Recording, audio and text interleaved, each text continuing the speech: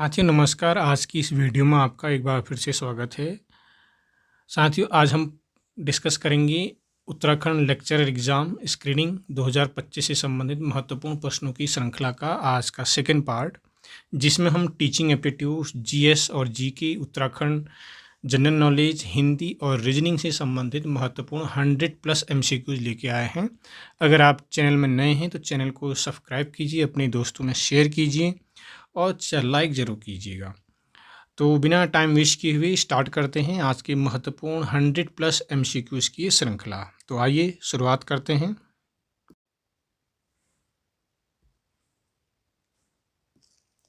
तो साथियों पहला क्वेश्चन है राधा कृष्णन आयोग से संबंधित। राधा कृष्णन आयोग की स्थापना कब की गई थी? 1948 में, 1950 में, 1952 में या 1964 में? तो याद रखिएगा राधा कृष्णन आयोग की स्थापना जो थी सन 1948 में की गई थी। कब की गई थी ये भी याद रखिएगा, 4 नवंबर। कब की गई थी? 4 नवंबर को की गई थी। 4 नवंबर 1948 को इसने जो है अपनी स्थापना की और रिपोर्ट भी दी। याद रखिएगा रिपोर्ट की डेट याद रखिएगा 25 अगस्त 1949 को इसने अपनी रिपोर्ट सौंपी। साथियों नेक्स्ट क्वेश्चन है राधा कृष्णन आयोग मुख्य रूप से किस स्तर की शिक्षा से संबंधित था? प्राथमिक शिक्षा, माध्यमिक शिक्षा, उच्च शिक्षा या व्यावसायिक शिक्षा? याद रखिएगा उच्च शिक्षा से संबंधित था। इसने जो था उच्च शिक्षा से संबंधित जो है सुझाव दिए। मुख्यतः इसने 5 क्षेत्रों में सुझाव दिए थे। शिक्षा के क्षेत्र में, उच्च शिक्षा के क्षेत्र में, उच्च शिक्षा में शिक्षण संकाय से संबंधित क्षेत्र में, विश्वविद्यालय प्रशासन और उससे संबंधित जो है वित्त और प्रशासन दोनों में इसने सुझाव दिए थे। विश्वविद्यालय की संरचना और संगठन पर सुझाव दिए थे और उच्च शिक्षा में जो था व्यावसायिक शिक्षा पर भी इन्होंने सुझाव दिए। डिटेल पढ़ने के लिए आप जो है वीडियो में देख सकते हैं, प्लेलिस्ट में देख सकते हैं। राधा कृष्णन आयोग से संबंधित प्लेलिस्ट मौजूद है। नेक्स्ट क्वेश्चन है राधा कृष्णन आयोग की सिफारिशों के आधार पर किस संगठन की स्थापना हुई? NCERT, UGC, NCTE या AICTE? तो याद रखिएगा UGC की स्थापना हुई थी राधा कृष्णन आयोग की सिफारिशों के आधार पर 28 दिसंबर को हुई थी। याद रखिएगा 28 दिसंबर 1953 को हुई थी। कब हुई थी? 28 दिसंबर 1953 को हुई थी। हालांकि इसे जो है वैधानिक जो दर्जा दिया गया संसद द्वारा 1956 में दिया गया था। याद रखिएगा इसके 6 जो है क्षेत्रीय कार्यालय भी हैं UGC के। वो कौन कौन से हैं वो भी याद रखिएगा। तो वो हैं आपके पुणे हैं, पहला है आपका पुणे, दूसरा है भोपाल और तीसरा है आपका कोलकाता, चौथा आपका बेंगलुरु है और उसके बाद आपका गुवाहाटी भी है ना, और हैदराबाद है। गुवाहाटी है और हैदराबाद, ये क्षेत्रीय कार्यालय हैं इसके, याद रखिएगा। नेक्स्ट क्वेश्चन है क्वेश्चन नंबर 4। राधा कृष्णन आयोग ने मुख्य रूप से किस भाषा को उच्च शिक्षा के माध्यम के रूप में अपनाने की सिफारिश की थी? तो याद रखिएगा क्षेत्रीय भाषाओं को इन्होंने जो है बात कही थी, मुख्य रूप से माध्यम के रूप में अपनाने की इन्होंने बात कही थी। नेक्स्ट क्वेश्चन है कोठारी आयोग से संबंधित। कोठारी आयोग किस वर्ष गठित किया गया था? तो याद रखिएगा कब गठित किया गया था? 1964 में किया गया था और इसने जो अपनी रिपोर्ट दी थी 1966 में दी थी। याद रखिएगा अगर डेट पूछिएगा तो डेट भी याद रखिएगा कब इन्होंने 14 जुलाई को कब की थी? 14 जुलाई 1964 को जो है इन्होंने इसकी स्थापना हुई थी और इन्होंने अपना जो प्रतिवेदन दिया था वो कब दिया था ये भी याद रखिएगा। 1964 को कब दिया था? 66 को, 1966 को जो था इन्होंने अपनी रिपोर्ट प्रस्तुत की थी। तो डेट याद रखिएगा 29 जून 1966 को इन्होंने अपनी रिपोर्ट प्रस्तुत की और 14 जुलाई 1964 को ये गठित हुआ था। नेक्स्ट क्वेश्चन है कोठारी आयोग की अध्यक्षता किसने की थी? डॉक्टर एस राधाकृष्णन ने, डॉक्टर दौलत सिंह कोठारी ने, केसी पंत ने या जॉन डीवी ने? तो सिंपल सा क्वेश्चन है डॉक्टर दौलत सिंह कोठारी ने जो थे इसके अध्यक्ष थे कोठारी आयोग के। नेक्स्ट क्वेश्चन है कोठारी आयोग ने कौन सी शिक्षा प्रणाली की सिफारिश की थी? तो साथियों याद रखिएगा 10+2+3 जो है इन्होंने सिफारिश की थी 10+2+3, और अभी जो रिसेंट में NEP 2020 आया है उसमें याद रखिएगा 5+3+3+4 शिक्षा प्रणाली को अपनाया गया है। नेक्स्ट है, कोठारी आयोग की सिफारिशों पर आधारित पहली राष्ट्रीय शिक्षा नीति कब लागू हुई? 1968 में, 86 में, 82 में या 2009 में? तो याद रखिएगा पहली जो शिक्षा नीति लागू हुई थी वो थी 1968 में। हालांकि इसमें बहुत सारी कमियां थीं, और जो 1986 वाली भी जो थी वो कोठारी आयोग की सिफारिशों के आधार पर ही लागू हुई थी, पर पहली वाली पूछ रहा है तो 1968 जो थी पहली वाली राष्ट्रीय शिक्षा नीति थी। इसके अध्यक्ष भी जो थे वो DS कोठारी ही थे। उसके बाद जो है 1986 जो है सेकेंड जो है दूसरी राष्ट्रीय शिक्षा नीति आई थी, और उसके बाद ये तीसरी राष्ट्रीय शिक्षा नीति आई है। नेक्स्ट क्वेश्चन है, NCTE की स्थापना कब हुई? राष्ट्रीय अध्यापक शिक्षा परिषद की स्थापना कब हुई थी? 1985 में, 73 में, या फिर 85 में, 93 में, 95 में या फिर 2000 में? तो याद रखिएगा ये स्थापना जो थी इसकी 1993 में हुई थी। हालांकि जो है पर जो अधिनियम था भारत राष्ट्रीय अध्यापक शिक्षा अधिनियम 1993 के तहत हुई थी, बट यहाँ पर ऑप्शन जो है 95 का नहीं है। तो वैसे इसकी जो स्थापना हुई थी वो हुई थी 17 अगस्त, याद रखिएगा 17 अगस्त 1995। ठीक है, 17 अगस्त 1995 को हुई थी, बट वो एक्ट जो था वो किसके तहत हुई थी? 1993 के तहत हुई थी, धारा 73 के तहत हुई थी। जो एक्ट है 1993 का उसमें एक धारा है 73, तो उसके तहत ये हुई थी। तो इसलिए मान लिया गया कि 1993 ही इसका स्थापना वर्ष है, और ऑप्शन के हिसाब से भी ये 93 ही सही रहेगा यहाँ पर, बट एक्चुअली अगर 95 लिखा हुआ तो आप इसको लिखेंगे 17 अगस्त 1995। आप देखिएगा कि जो पुरानी आंसर की है उसमें क्या दिया गया है, बट जो एक्ट है उसके तहत जो है 1993 है, 73वीं इसमें धारा है, 73वीं धारा है, और इसने काम आधिकारिक रूप से जो काम करना स्टार्ट किया वो कब किया था? 17 अगस्त 1995 से काम करना स्टार्ट हुआ था। वैसे स्थापना इसकी 93 में ही हो गई थी एक्ट के थ्रू। तो इसलिए माना गया कि राष्ट्रीय अध्यापक शिक्षा परिषद जो है आपका NCTE की स्थापना जो थी 1993 में ही हुई थी, बट एक्चुअली इसने जो कार्य किया था 17 अगस्त 1995 से स्टार्ट किया था। इसका पूरा डिटेल आप जो है प्लेलिस्ट में देख सकते हैं। साथ में इसका जो मुख्यालय है नई दिल्ली में है। इसकी जो क्षेत्रीय समितियां भी याद रखिएगा, क्षेत्रीय समितियां कौन कौन सी हैं यहाँ इसकी है भोपाल है, भुवनेश्वर है, बेंगलुरु है और जयपुर है। भोपाल, भुवनेश्वर, बेंगलुरु और जयपुर। नेक्स्ट क्वेश्चन है, NCTE का मुख्य उद्देश्य क्या है? उच्च शिक्षा का विकास करना, शिक्षा को विनियमित करना, विद्यालय पाठ्यक्रम तैयार करना, व्यावसायिक शिक्षा को बढ़ावा देना।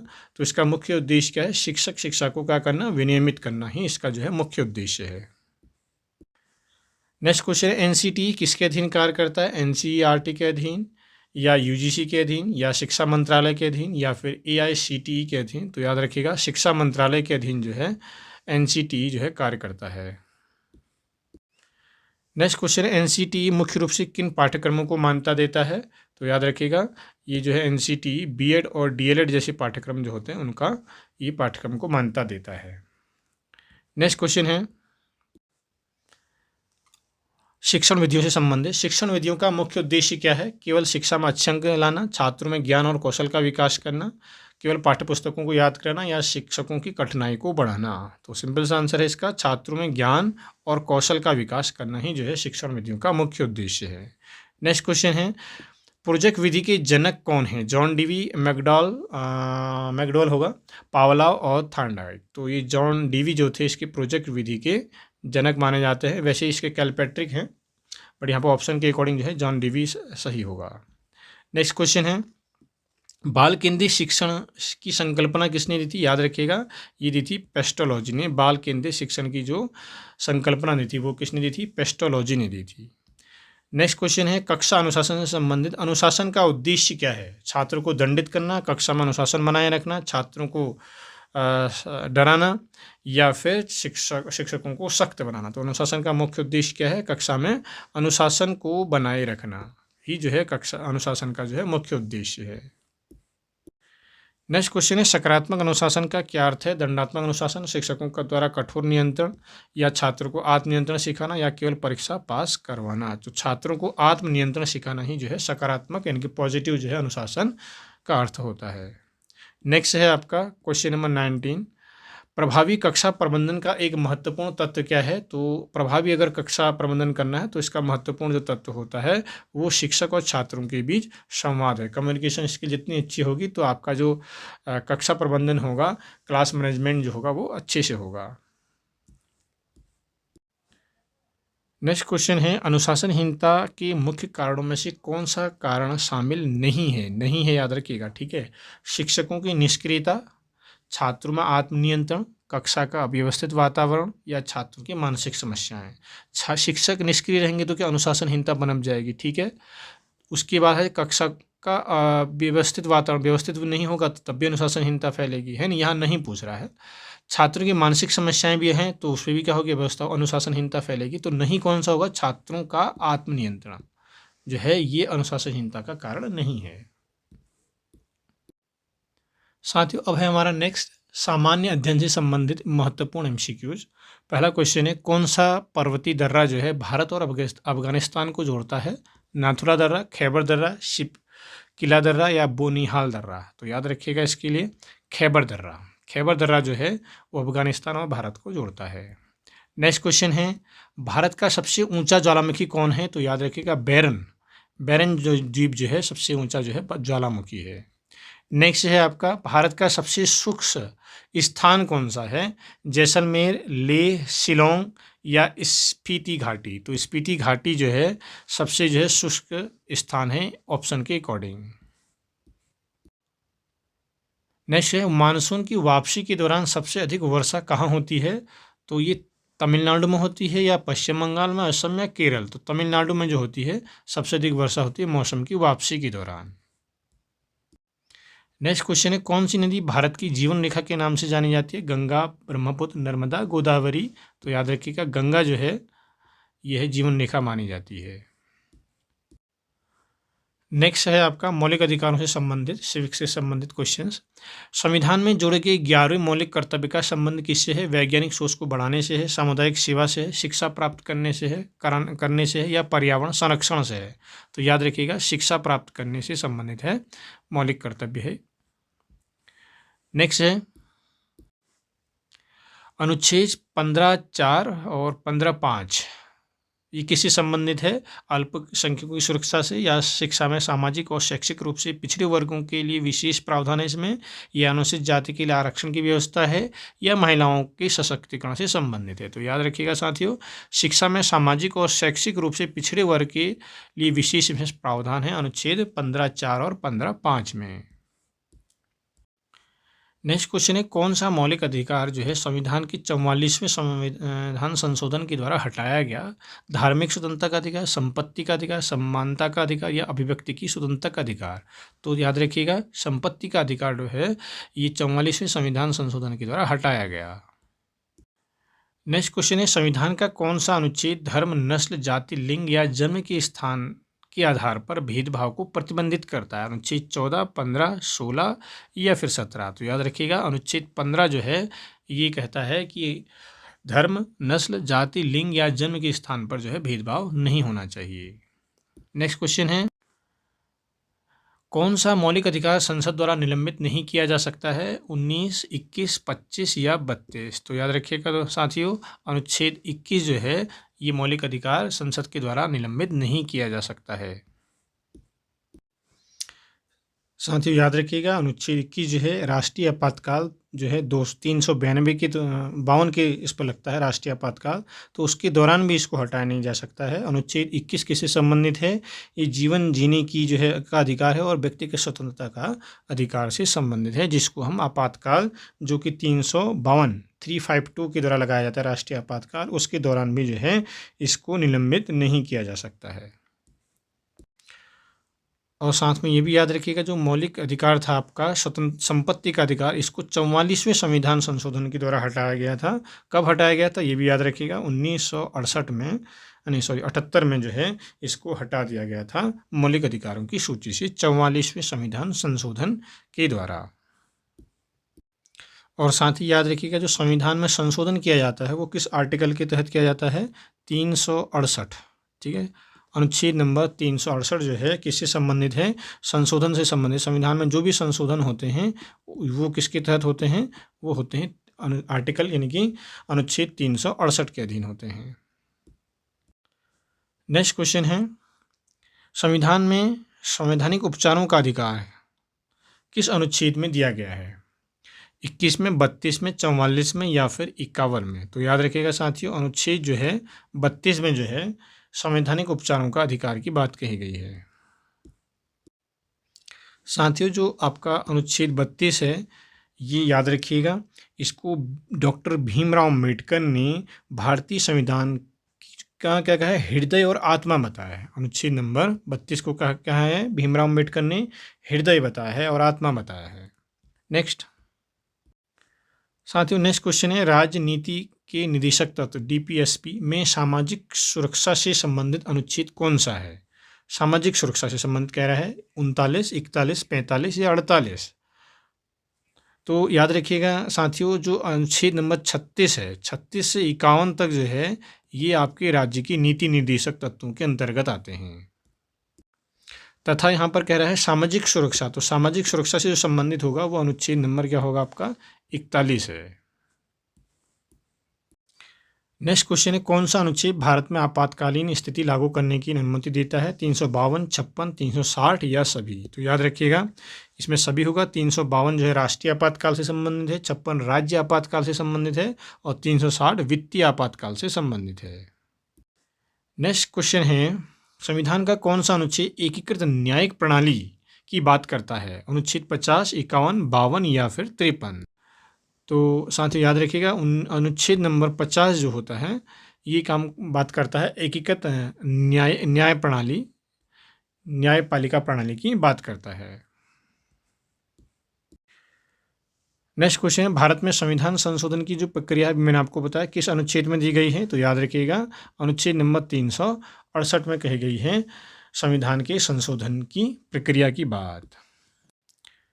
साथियों, भारत में जो संविधान संशोधन की जो प्रक्रिया है वो किस देश से ली गई, ये भी क्वेश्चन आ सकता है। तो संविधान संशोधन की जो प्रक्रिया है वो ली गई है कहाँ से? दक्षिण अफ्रीका से, साउथ अफ्रीका से ली गई है, याद रखिएगा इसको भी।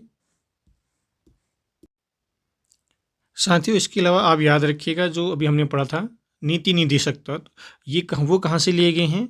ये लिए गए हैं आपके आयरलैंड से लिए गए हैं। किससे लिए गए हैं? आयरलैंड से लिए गए हैं। डीपीएसपी वाला जो पार्ट है आपका राज्य की नीति निर्देशक तत्व जिसे हम बोलते हैं, तो ये आयरलैंड से लिए गए हैं, याद रखिएगा। संसदीय जो प्रणाली है, कौन सी प्रणाली? जो संसदीय प्रणाली है ये कहाँ से ली गई है? ये ली गई है ब्रिटेन से, इंग्लैंड से ली गई है संसदीय प्रणाली जो है। मौलिक अधिकार जो है, मौलिक जो अधिकार हैं वो कहाँ से लिए गए हैं?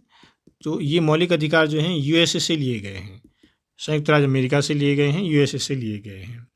और मौलिक कर्तव्यों की अगर बात आएगी तो मौलिक जो कर्तव्य वो कहाँ से लिए गए हैं? जो मौलिक कर्तव्य हैं वो कहाँ से लिए गए हैं? तो वो लिए गए हैं रूस से लिए गए हैं, याद रखिएगा रूस से लिए गए हैं। न्यायपालिका की जो बात है वो कहाँ से ली गई है? न्यायपालिका वो अमेरिका से ली गई है। संविधान संशोधन की बात है वो कहाँ से ली गई है? साउथ अफ्रीका से ली गई है, याद रखिएगा साउथ अफ्रीका से संविधान संशोधन की। और समवर्ती सूची, एक आता आपका समवर्ती सूची, ये कहाँ से लिया गया है? तो ये लिया गया है आपका ऑस्ट्रेलिया से लिया गया है। कहाँ से लिया गया है? ऑस्ट्रेलिया से लिया गया है समवर्ती सूची, ठीक है। और कैबिनेट जो प्रणाली होती है आपकी, जो कैबिनेट प्रणाली वो कहाँ से ली गई है? ब्रिटेन से ली गई है, ये भी याद रखिएगा। राज्यपाल की जो नियुक्ति होती है वो कनाडा से ली गई है, ठीक है, ये याद रखिएगा। तो आपके डीपीएसपी जो हैं राज्य की नीति निर्देशक आयरलैंड से लिए गए हैं। संसदीय जो व्यवस्था है वो ब्रिटेन से लिए गए हैं। मौलिक अधिकार यूएसए से लिए गए हैं। मौलिक कर्तव्य रूस से लिए गए हैं। संघ सूची आपके ऑस्ट्रेलिया से ली गई है। संविधान संशोधन की जो प्रक्रिया है वो आपकी ली गई है साउथ अफ्रीका से ली गई है, याद रखिएगा। नेक्स्ट क्वेश्चन साथियों, नेक्स्ट क्वेश्चन है शिक्षा का अधिकार से संबंधित। शिक्षा का अधिकार अधिनियम आरटीई जो है कब लागू हुआ? 2005 में, 8 में, 9 में या 10 में? तो ये हुआ था 2010 में। और जो अधिनियम है शिक्षा का अधिकार अधिनियम ये 2009 है, याद रखिएगा। जो बिल है आपका ये 2009 में पेश किया गया था कैबिनेट में 2 जुलाई को, याद रखिएगा। कब हुआ था ये? 2 जुलाई को कैबिनेट में प्रस्तुत किया गया 2009 में। 20 जुलाई को ये राज्यसभा में पहले प्रस्तुत किया गया, राज्यसभा में, याद रखिएगा। कहाँ प्रस्तुत किया गया सबसे पहले? ये राज्यसभा में। उसके बाद यह 4 अगस्त को ये प्रस्तुत किया गया था आपका लोकसभा में, ठीक है। उसके बाद ये 26 अगस्त को जो है राष्ट्रपति के द्वारा जो है इसमें साइन हुए थे, ठीक है। राष्ट्रपति द्वारा इसमें साइन हुए थे, हस्ताक्षर किए गए थे, और 1 अप्रैल को ये जो है लागू हुआ था संपूर्ण देश में, जम्मू कश्मीर को छोड़ करके।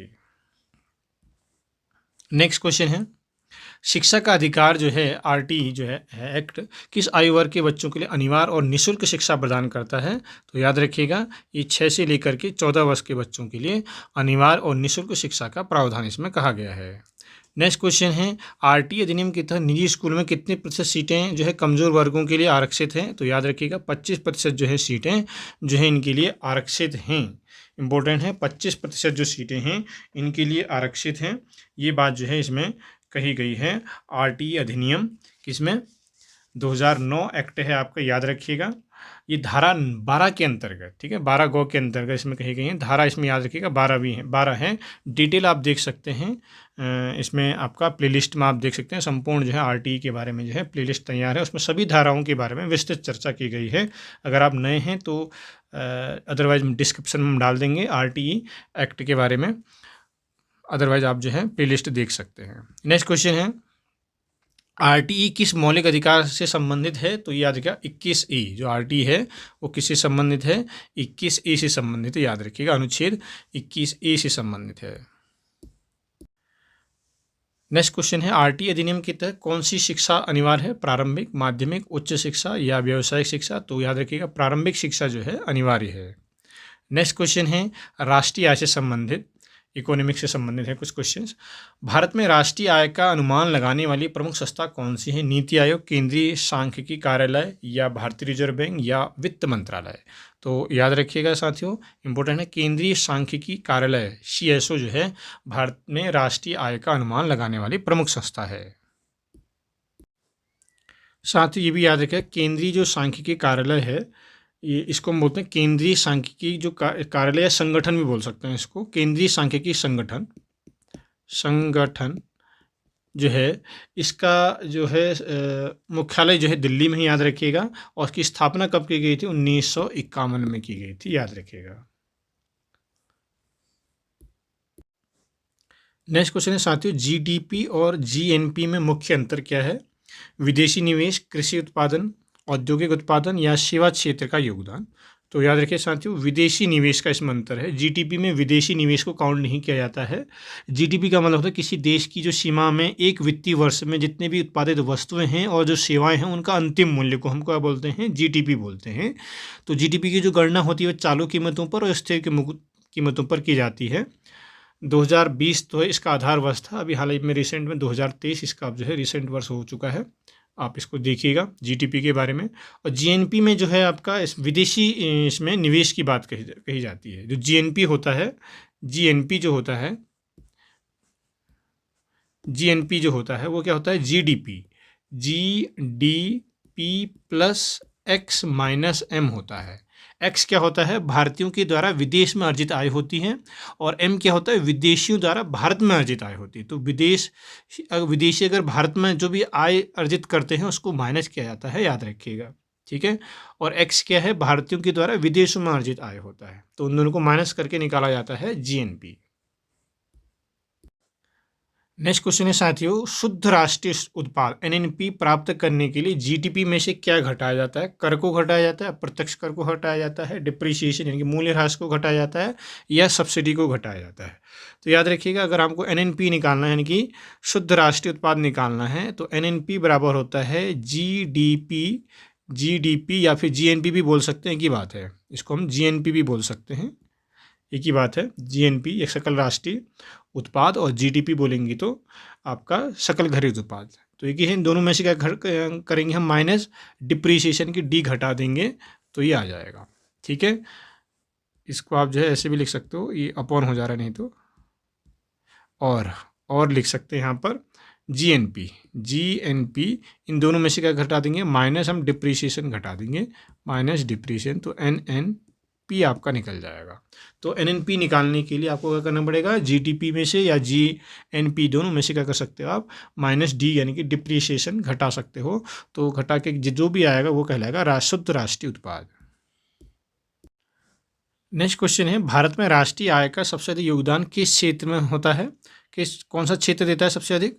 तो याद रखिएगा, कृषि, विनिर्माण, सेवा क्षेत्र या खनन क्षेत्र। याद रखिएगा, सेवा जो क्षेत्र है वो सबसे ज़्यादा इसमें इसका भागीदार होता है।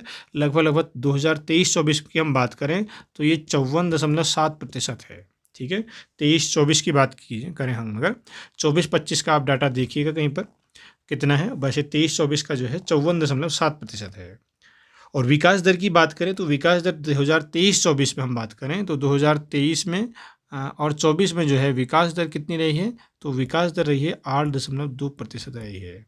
जबकि 22-23 में हम बात करें तो 22-23 में 7.2 रही है, और 21-22 में हम बात करें तो ये लगभग 9.7 रही है। तो ये विकास दर है, याद रखिएगा।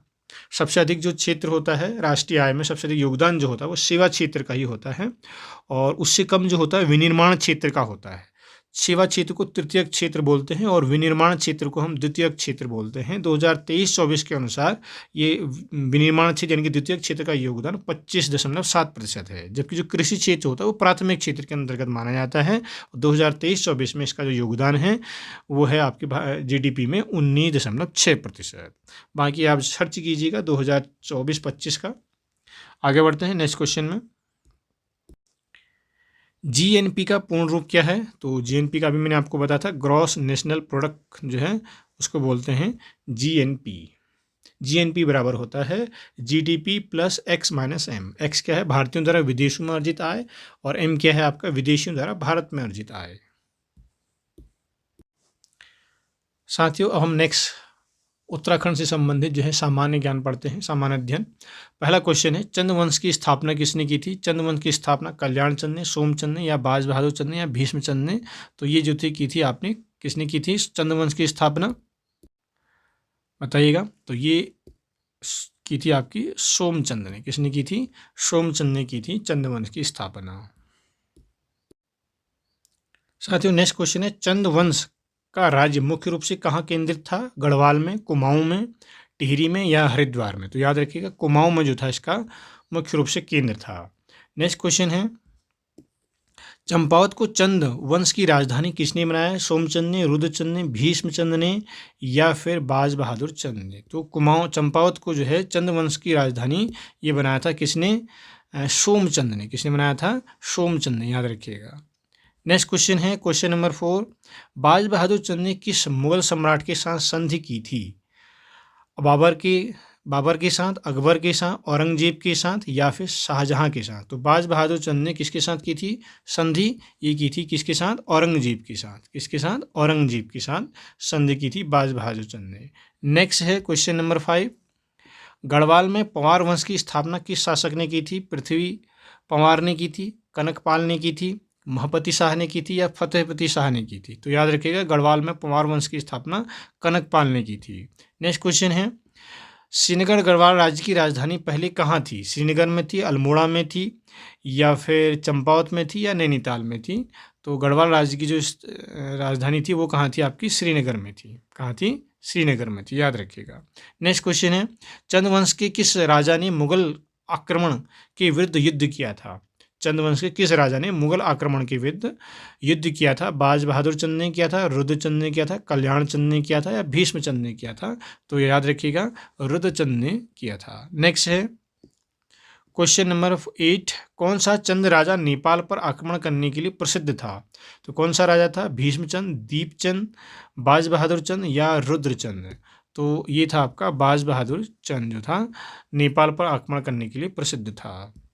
नेक्स्ट क्वेश्चन है, पंवार वंश के किस शासक ने अंग्रेजों के विरुद्ध संघर्ष किया था? फतेहपति शाह ने, प्रताप शाह ने, सुदर्शन शाह ने, या फिर अजय पाल ने? तो किसने किया था अंग्रेजों के विरुद्ध संघर्ष? तो ये किया था सुदर्शन शाह ने, याद रखिएगा। नेक्स्ट क्वेश्चन है क्वेश्चन नंबर 10, अजय पाल ने कौन सा महत्वपूर्ण कार्य किया? चंद्रवंश को हराया, गढ़वाल राज्य को एकीकृत किया, अंग्रेजों से संधि की, श्रीनगर को राजधानी बनवाया था? तो अजय पाल ने क्या किया था? तो महत्वपूर्ण जो कार्य किया था उसने गढ़वाल राज्य को एकीकृत किया था। नेक्स्ट क्वेश्चन है क्वेश्चन नंबर 11, आंदोलन से संबंधित है, उत्तराखंड में आंदोलन भी आपके आने हैं। तो आंदोलन से संबंधित चिपकू आंदोलन, उत्तराखंड में चिपकू आंदोलन किस वर्ष शुरू हुआ था? 73 में, 83, 80 में, 65 में या फिर 90 में? तो 1973 में जो है चिपकू आंदोलन की शुरुआत हुई थी। नेक्स्ट क्वेश्चन है क्वेश्चन नंबर 12, चिपकू आंदोलन मुख्य रूप से किससे संबंधित है? महिला सशक्तिकरण से, वन संरक्षण से, जिला शिक्षा सुधार से या जल संरक्षण से? तो याद रखिएगा किससे संबंधित है, यह है आपका वन संरक्षण से संबंधित है। साथ ही याद रखिएगा वन संरक्षण अधिनियम जो था भारत में 1980 में आया था, 1980 में लागू हुआ था जम्मू कश्मीर को छोड़कर। नेक्स्ट क्वेश्चन है चिपकू आंदोलन की शुरुआत कहाँ से हुई थी? अल्मोड़ा से, रैणी गांव से, देहरादून से या फिर नैनीताल से? तो रैणी गांव यानी कि चमोली में है, रैणी गांव से इसकी शुरुआत हुई थी। नेक्स्ट क्वेश्चन है उत्तराखंड राज्य की आंदोलन जो है कि प्रमुख मांग क्या थी? रोजगार के अवसर, अलग राज्य की स्थापना, वन संरक्षण या शिक्षा सुधार? तो उत्तराखंड राज्य आंदोलन से ही संबंधित है, तो अलग से राज्य की स्थापना इनकी प्रमुख मांग थी। नेक्स्ट क्वेश्चन है उत्तराखंड को कब अलग राज्य का दर्जा मिला था? 1998 में, 2000 में, 2002 में? तो याद रखिएगा 2000 किसमें? 2000 में, ठीक है। 2002 में 9 नवंबर 2000 को जो है उत्तराखंड को जो है अलग राज्य का दर्जा दिया गया। साथ ही यह भी याद रखिएगा कि जो 9 नवंबर 2000 को जो है उत्तराखंड बना था, तो इसमें जो था ये कौन सा राज्य था, कौन से नंबर का राज्य था? 27वां राज्य था, याद रखिएगा 27वां राज्य था। और ये क्षेत्रफल की दृष्टि से बात करें तो 19वां राज्य है। क्षेत्रफल अब 18वां हो चुका है, पहले 19वां था, अब 18वां राज्य हो गया है। और कितना है पूरे देश की क्षेत्रफल का कितना है ये भी याद रखिएगा, 1.69% है पूरे देश के क्षेत्रफल का, 1.69। उत्तराखंड उत्तरांचल राज्य नाम था इसका, और 1 जनवरी 2007 को याद रखिएगा 1 जनवरी 2007 को इसका नाम बदलकर दोबारा उत्तरांचल से उत्तराखंड रख दिया गया, ठीक है। साथ ही एक फैक्ट और भी याद रखिएगा, जो पहाड़ी हिमालयी राज्य हैं उसमें इसका जो स्थान है वो पहले 11वां था, अब 10वां स्थान है, ये भी याद रखिएगा। जो राज्य हैं पहाड़ी जो हिमालयी राज्य हैं उनमें इसका 10वां स्थान है, और वैसे 27वां राज्य था ये, और अभी जो है जनसंख्या के क्षेत्रफल के हिसाब से 18वां राज्य है, और हिमालयी क्षेत्रों के हिसाब से, हिमालयी राज्यों के हिसाब से ये 10वां नंबर है इसका। नेक्स्ट क्वेश्चन है उत्तराखंड आंदोलन के दौरान मुजफ्फरनगर कांड कब हुआ? 1992 में, 94 में या फिर 96 या 98? 1994 में हुआ था, 2 अक्टूबर को, याद रखिएगा 2 अक्टूबर 1994 को। नेक्स्ट क्वेश्चन है नशा नहीं रोजगार दो आंदोलन किससे संबंधित है? वन संरक्षण से, बेरोजगारी से, नशा मुक्ति से या फिर महिला सशक्तिकरण से? तो ये है नशा मुक्ति से। नेक्स्ट है क्वेश्चन उत्तराखंड आंदोलन में किस संगठन ने महत्वपूर्ण भूमिका निभाई थी? उत्तराखंड क्रांति दल ने, भारतीय किसान यूनियन ने, चिपको समिति ने, भारतीय राष्ट्रीय कांग्रेस ने? तो याद रखिएगा उत्तराखंड क्रांति दल UKD इसको हम बोलते हैं, इसकी स्थापना हुई थी 1979 में, ठीक है, याद रखिएगा 1979 में हुई थी मसूरी में। साथियों नेक्स्ट क्वेश्चन है बीज बचाओ आंदोलन किसके द्वारा शुरू किया गया था? सुंदरलाल बहुगुणा के द्वारा, चंडी प्रसाद भट्ट के द्वारा, विजय जड़धारी के द्वारा या गोविंद बल्लभ पंत के द्वारा? तो याद रखिएगा विजय जड़धारी के द्वारा जो है ये हुआ था 1980 में, ये भी याद रखिएगा 1980 में जो है ये बीज बचाओ आंदोलन की शुरुआत हुई थी, विजय जड़धारी, याद रखिएगा। नेक्स्ट क्वेश्चन है कौन सा आंदोलन बांध निर्माण के खिलाफ था? तो याद रखिएगा उत्तराखंड आंदोलन या फिर चिपको आंदोलन, टिहरी बांध आंदोलन या नशा मुक्ति आंदोलन? टिहरी बांध आंदोलन जो था ये जो था आंदोलन बांध निर्माण के खिलाफ था।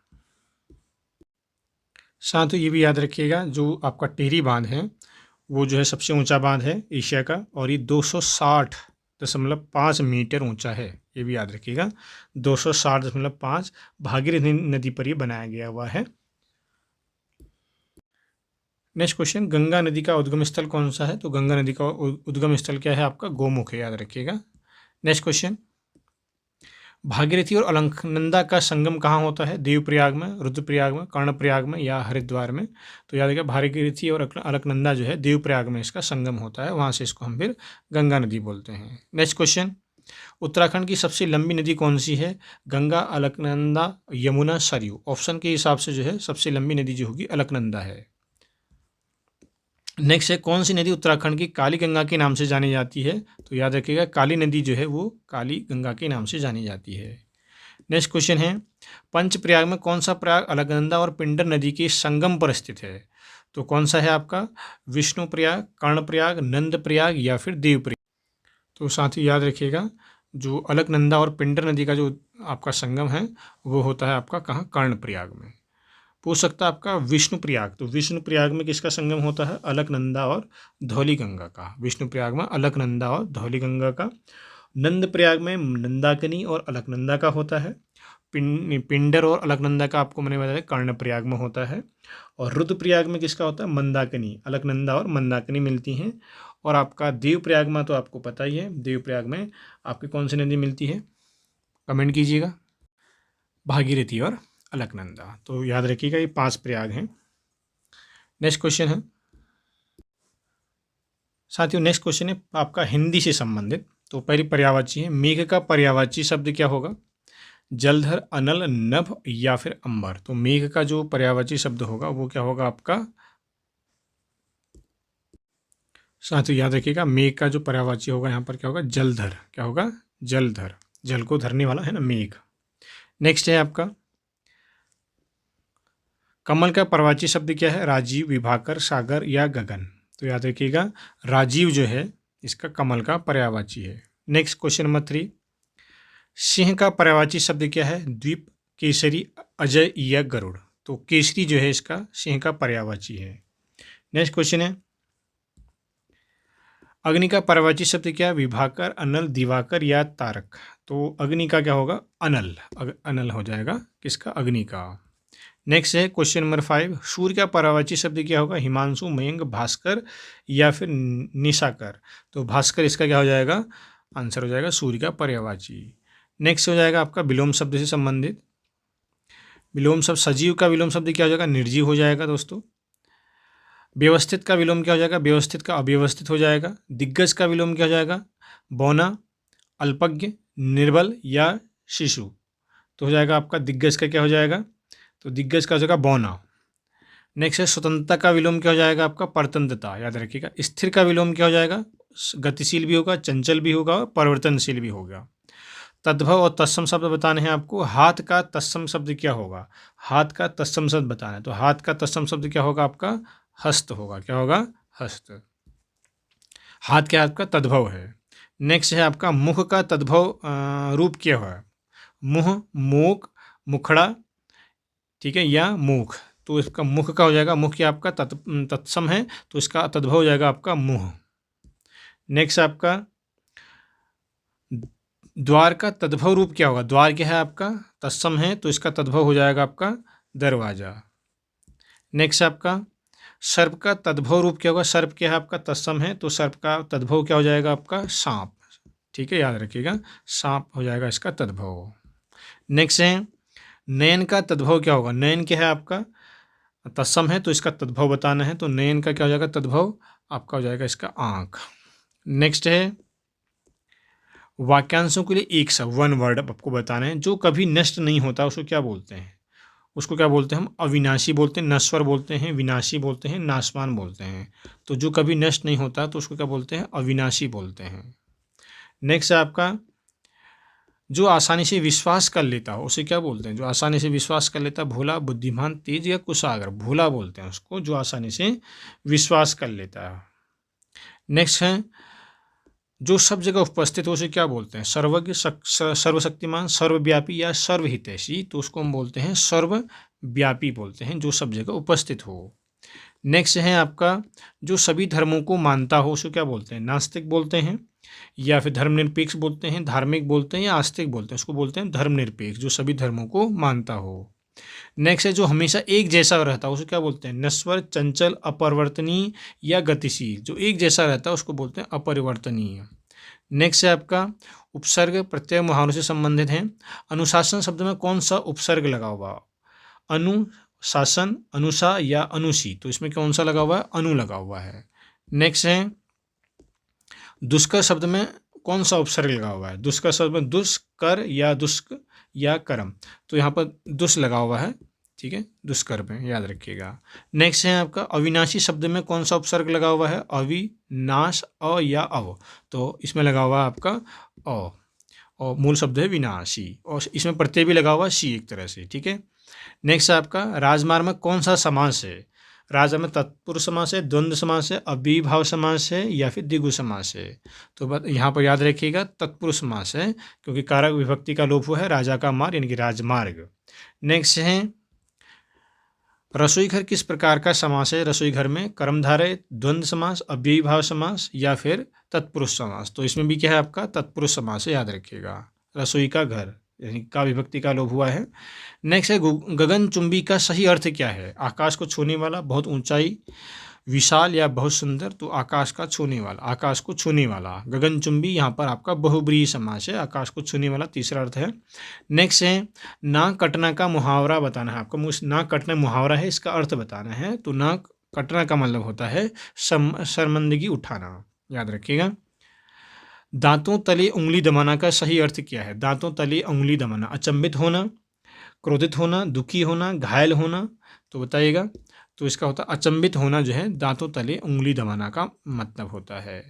नेक्स्ट है आंखों का तारा का सही अर्थ क्या है। बहुत प्यारा। आंखों का अर्थ मतलब बहुत प्यारा होता है, याद रखिएगा। बहुत प्यारा तो यहाँ पर है नहीं, तो यहाँ पर चेहता हो जाएगा। नेक्स्ट हो जाएगा धूल चटाना का सही अर्थ क्या होता है। धूल चटाना का पराजित करना, सफाई करना, झाड़ू लगाना या उपेक्षा करना। तो पराजित करना, धूल चटाना का मतलब होता है पराजित करना। नेक्स्ट है आपका रीजनिंग से संबंधित अब क्वेश्चन होंगे आपके। तो साथियों स्टार्ट करते हैं। कोडिंग डिकोडिंग से संबंधित पहला क्वेश्चन है। मैंगो को NZMTL लिखते हैं, तो पेपर को क्या लिखेंगे। तो अगर हम देखें यहाँ M है, यहाँ N है, तो इनकी एक पीछे जा रहा है, यहाँ भी एक पीछे जा रहा है, -1 सब में जा रहा है। देखिएगा N है तो N से M जा रहा है, -1 जा रहा है। G से पहले T आ रहा है आपका, है ना। तो नहीं, इसमें आ रहा है आपका कितना आ रहा है G और T में देखिएगा, और O से पहले आ रहा है L। तो कितने का अंतर है, माइनस ही हो रहा है, बट कितने का अंतर है देखिएगा। साथ ही इसमें 13 का अंतर आ रहा है। इनमें क्या हो रहा है, लास्ट के दो में 13 और 3 का अंतर आ रहा है। तो वैसे यहाँ पर भी करना है, पहले एक एक का अंतर लाना है तीनों में, फिर यहाँ पर -1 का अंतर आएगा, इसमें -1, इसमें -1, इसमें 13 का अंतर लाना है, और इसमें 3 का अंतर लाना है। तो ए से पी से पहले क्या आएगा आपका क्यू आ जाएगा, है ना। और ए से ए, इसमें एक का अंतर है, ए यहाँ है और इधर जेड है, तो यहाँ पर आ जाएगा आपका बी आ जाएगा। बी से पहले ए आता है, और यहाँ पर भी वही क्यू आ जाएगा, क्यू बी क्यू। तो क्यू बी क्यू, तो ए की ऑप्शन दिख रहा है, तो यहीं से आपका आंसर निकल जाएगा ऑप्शन नंबर ए। साथियों नेक्स्ट क्वेश्चन है। राम श्याम का भाई है। राम जो है श्याम का भाई है, यानी कि राम और श्याम क्या हैं, दोनों भाई हैं आपस में, दोनों के आपस में भाई हैं। श्याम जो है मोहन का पुत्र है। जो श्याम है वो क्या है, मोहन का पुत्र है। यहाँ हम लिख देते हैं मोहन का क्या है, पुत्र है। श्याम क्या है, पुत्र है किसका, मोहन का पुत्र है। मोहन राम का क्या लगेगा, अब मोहन क्या लगेगा, राम का क्या लगेगा। ठीक है, मोहन क्या लगेगा, राम का। आपको बताना है मोहन क्या लगेगा, राम का क्या लगेगा, मोहन। तो ये दोनों भाई हैं और ये इसका पुत्र है, तो ये क्या होगा, पिता पुत्र का संबंध है। ठीक है, तो यहाँ पर पिता हो जाएगा, यानी option number A. Next question है। ए बी का भाई है। ए जो है भाई है किसका, बी का भाई है। और उसके बाद कह रहे हैं बी जो है वो किसका भाई है, सी का भाई है। ये भी भाई हैं आपस में, कहने का मतलब है। उसके बाद डी जो है, ये डी जो है सी की माँ है। ये क्या है, माँ है इसकी। तो यानी कि ये भी क्या हो गए, ए का डी के साथ संबंध बताना है, तो सभी के हैं इसके पुत्र हो गए, कहने का नहीं कि पुत्र इसका आंसर रहेगा ए ऑप्शन। नेक्स्ट क्वेश्चन आपको श्रृंखला पूरी करनी है। 3, 9, 27 और 81।